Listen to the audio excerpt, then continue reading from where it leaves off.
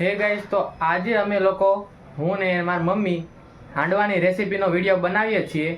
તો તમે આ વિડીયો એન્ડ સુધી જોજો ને છેલ્લે સુધી જોજો, અને પછી તમે પણ ટ્રાય કરજો. તમને પણ જો ઘરે બનાવવામાં તમને ઇઝી રહેશે ને સરળ રહેશે તમારે પણ, અને એકદમ સારું મસ્ત બનશે તમારો પણ હાંડવો. જે આપણે ચોમાસામાં વરસાદ પડે ને ત્યારે જે ખાવાની મજા આવે હાંડવો ને ચા, એવી જ એકદમ મજા આવવાની છે આ વિડીયોમાં. તો છેલ્લે સુધી જોડાયેલા રહેજો. તો ચાલો આપણે સ્ટાર્ટિંગથી જે પ્રોસેસ આવે આખી પ્રોસેસ ડિટેલમાં જોઈશું. તો તમે જોડાયેલા રહેજો અમારા વિડીયોમાં. તો તમે લોકો જોઈ શકો છો અહીંયા એક તપેલામાં આખું તપેલું મારી મમ્મીએ પાણી ભરીને લઈ લીધું છે અહીંયા, અને આપણે ગેસ ચાલુ કરી દીધો છે. અને આપણે લગભગ 750 ગ્રામ જેટલા ચોખા લીધા છે, અને આ 250 ચણાની દાળ લીધેલી છે. પછી આપણે પાણી જેવું ગરમ થાય એટલે આપણે બેટર બનાવવા માટે એને પલાળી દઈશું. પાણી ગરમ કરવા મૂકી દીધું છે આપણે. તમે હાથના સ્પર્શથી તમે આમ લાગે ફીલ આવે ગરમ થાય એટલું તમારે ગરમ કરવાનું છે. પછી આપણે જે ચણાની દાળ છે અને ચોખા છે બંને મિક્સ કરીને પલાળી દઈશું. અલગ અલગ પલાળવા. પછી આપણે જે ચણાની દાળ અને ચોખા છે એ અલગ અલગ કરીને પલાળી દઈશું. તો આપણે થોડું પાણી અલગ કરી લઈએ. તમે જોઈ શકો છો સાઈડમાં ચણાની દાળમાં પલાળી રહ્યા છે મારી મમ્મી.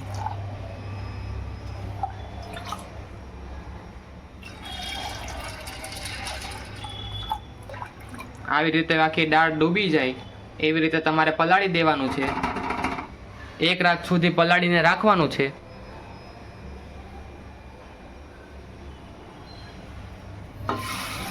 અને હવે આપણે ચોખા પલાળીમાં મૂકી દઈશું. લગભગ 8-9 કલાક 1 રાત સુધી તમારે પલાળીને રાખવાનું છે.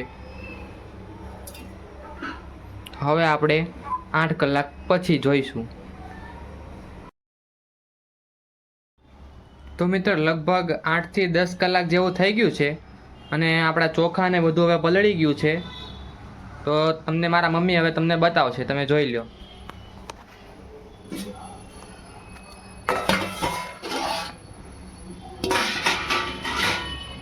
તમે લોકો જોઈ શકો છો એકદમ બધું પલળી ગયું છે.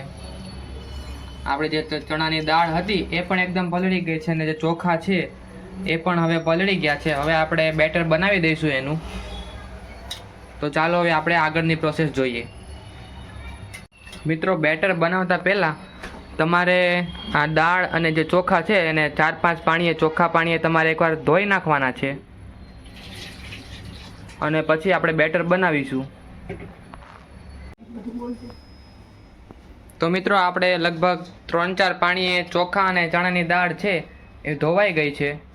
હવે બીજા બાઉલમાં મારા મમ્મી ટ્રાન્સફર કરી રહ્યા છે ચોખાને. તો હવે આપણે એનું બેટર બનાવીશું. તો મિત્રો, હવે આપણી ચોખા અને દાળ એકદમ 4-5 પાણીમાં ધોવાઈ ગયું છે, અને આપણે જે ઘરની ખાટી છાશ હોય એ લગભગ 1 તપેલી જેટલી આપણે લઈ લીધી છે. હવે આપણે ધીમે ધીમે થોડી છાશ ઉમેરતા જઈશું અને બેટર બનાવતા જઈશું. વારા ફરતી એ વારા તમારે બેટર બનાવી લેવાનું છે.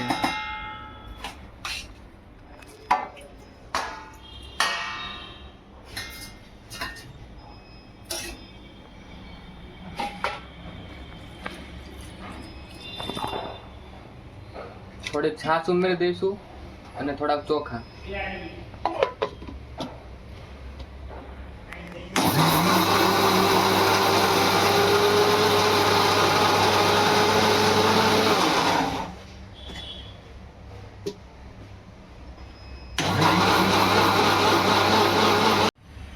તો મિત્રો, આપણે જે ચોખાનું બેટર છે બની ગયું છે.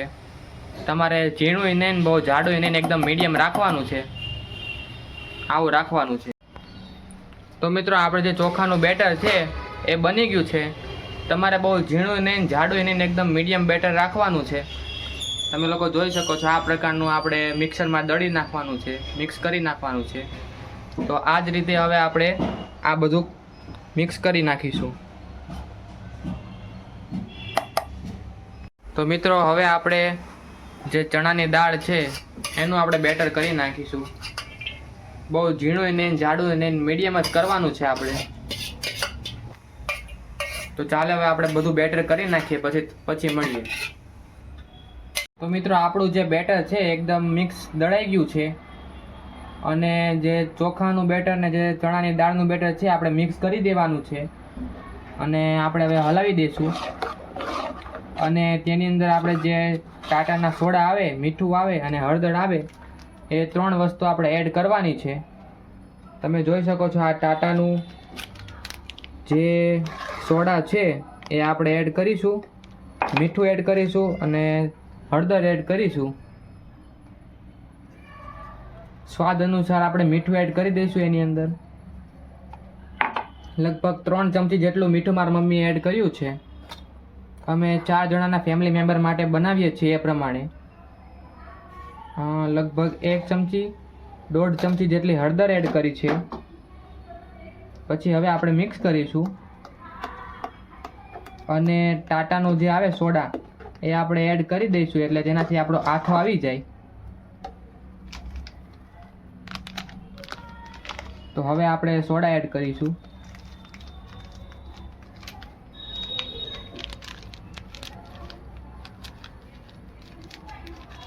એક ચમચી જેટલા મારા મમ્મીએ સોડા લીધા છે,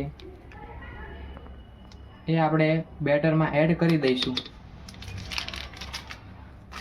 અને બધું જ તે આપણે એક જ બાજુ, તમે જે સાઈડ હલાવતા હોય એ સાઈડ જ તમારે મિક્સ કરતો રહેવાનું છે કન્ટિન્યુઅસલી.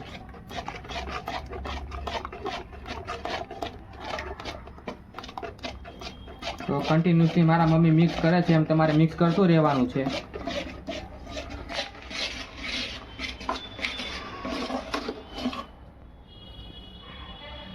તો તમે જોઈ શકો છો આવું આપણું એકદમ બેટર બની જશે. એકદમ મીડિયમ, બહુ પતલું નહીં, જાડું નહીં એવું. પછી આને આપણે 4-5 કલાક આથવા માટે રહેવા દઈશું. તો મિત્રો લગભગ 4-5 કલાક જેવું થઈ ગયું છે, અને આપણો જે હાંડવાનું બેટર છે એ એકદમ ફૂલીને ઉપર આવી ગયો છે. તમને લોકોને દેખાતું હશે. બસ આવું જ બેટર તમારે બનાવી દેવાનું છે. પછી આપણે એની અંદર આદુ મરચાંની, જે મારા મમ્મીએ મિક્સરમાં હમણાં જ પેસ્ટ બનાવી છે, આદુ ને મરચાંની પેસ્ટ છે ખાલી નોર્મલ, એ આપણે બેટરમાં ઉમેરી દઈશું. પછી જે તમારે એની અંદર ખાંડ ઉમેરવાની છે. સ્વાદ અનુસાર જેટલું ગળ્યું ખાતા હોય તે પ્રમાણે આપણે થોડી ખાંડ ઉમેરીશું, અને પછી મિક્સ કરી દઈશું.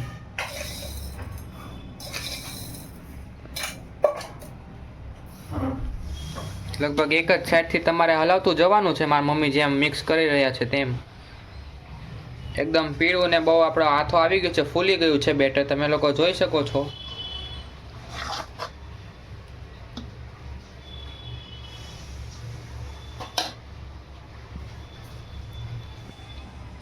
એકદમ પીળું રેડ જેવું આપણું બેટર બન્યું છે મસ્ત. તો મિત્રો હવે આપણે આ બેટરમાં એક વઘાર મારી દઈશું. 2 પાવડા જેટલું લગભગ આપણે તેલ લીધું છે વાટકાની અંદર. પછી લીમડો અને રાઈ નાખીને આપણે વઘાર મારી દઈશું. આપણે બેટરમાં બધું ઉમેરી દઈશું, અને પછી આપણે હાંડવોની જે આગળની પ્રોસેસ છે, એટલે હાંડવો બનાવવાનું સ્ટાર્ટ કરી દઈશું. આ બધી પ્રોસેસ મેન છે, તમારે આટલું કરવાનું, તમે ખાસ કોઈ દિવસ ભૂલતા નહીં. મિત્રો આપણે એની અંદર તેલ આવી ગયું છે, એટલે થોડી રાઈ ઉમેરીશું. હવે પછી રાઈ ફૂટવાની આપણે રાહ જોઈશું. રાઈ ફૂટે એટલે લીમડો ઉમેરીને આપણે બેટરમાં વઘાર મારી દઈશું.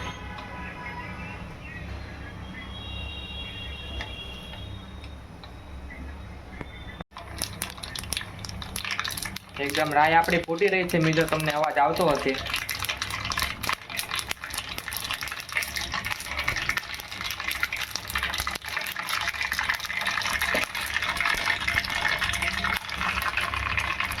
લીમડો એડ કરી દઈશું ને આપણે વઘાર મારી દઈશું.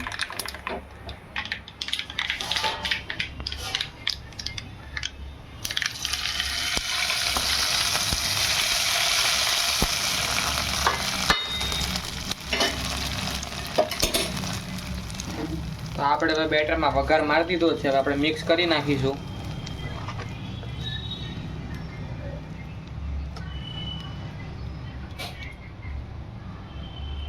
આપણે એકદમ મિક્સ કરી નાખ્યું છે.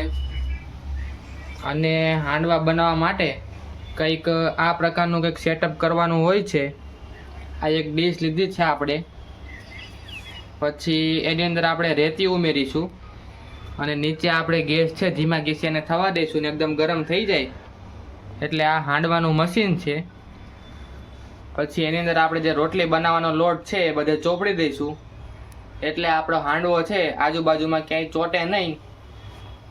પછી આપણે અહીંયા એકદમ બેટર એકદમ પાથરી દઈશું અને ધીમા ધીમા ગેસે આપણે થવા દઈશું અડધી કલાક માટે.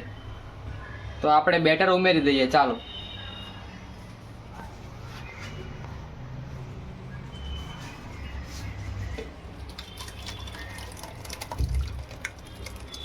આપણે એકદમ બધું આવું બેટર આખું ઉમેરી દેવાનું છે.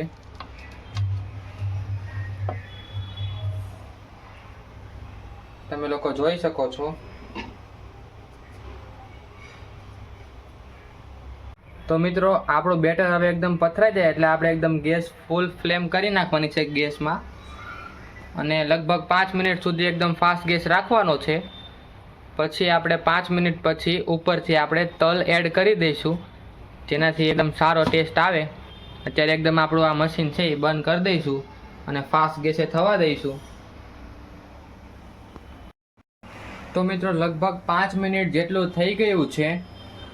તો હવે આપણે એકદમ ગેસ થોડો ધીમો કરી દઈશું ધીમી ફ્લેમ ઉપર અને પછી આપણે એની ઉપર આ તલ છે એ તલ ઉપર આપણે કરી લઈશું એમ ગાર્નિશિંગ કરી લઈશું આપણે તલ. એકદમ હાંડવાનો જેવો એકદમ શેપે આવવા માંડ્યો છે. હવે આપણે આવી જ રીતે મારી મમ્મી કરે છે એમ આખા એટલે આખા જે છે એ બાઉલમાં એમાં આપણે કરી લઈશું આવું. એકદમ મસ્ત રીતે આપણે તલ છે સ્પ્રેડ કરી લીધા છે, ગાર્નિશિંગ કરી લીધું છે મારી મમ્મીએ. તો હવે આપણે એને 25 મિનિટ સુધી મિનિમમ ચડવા દઈશું.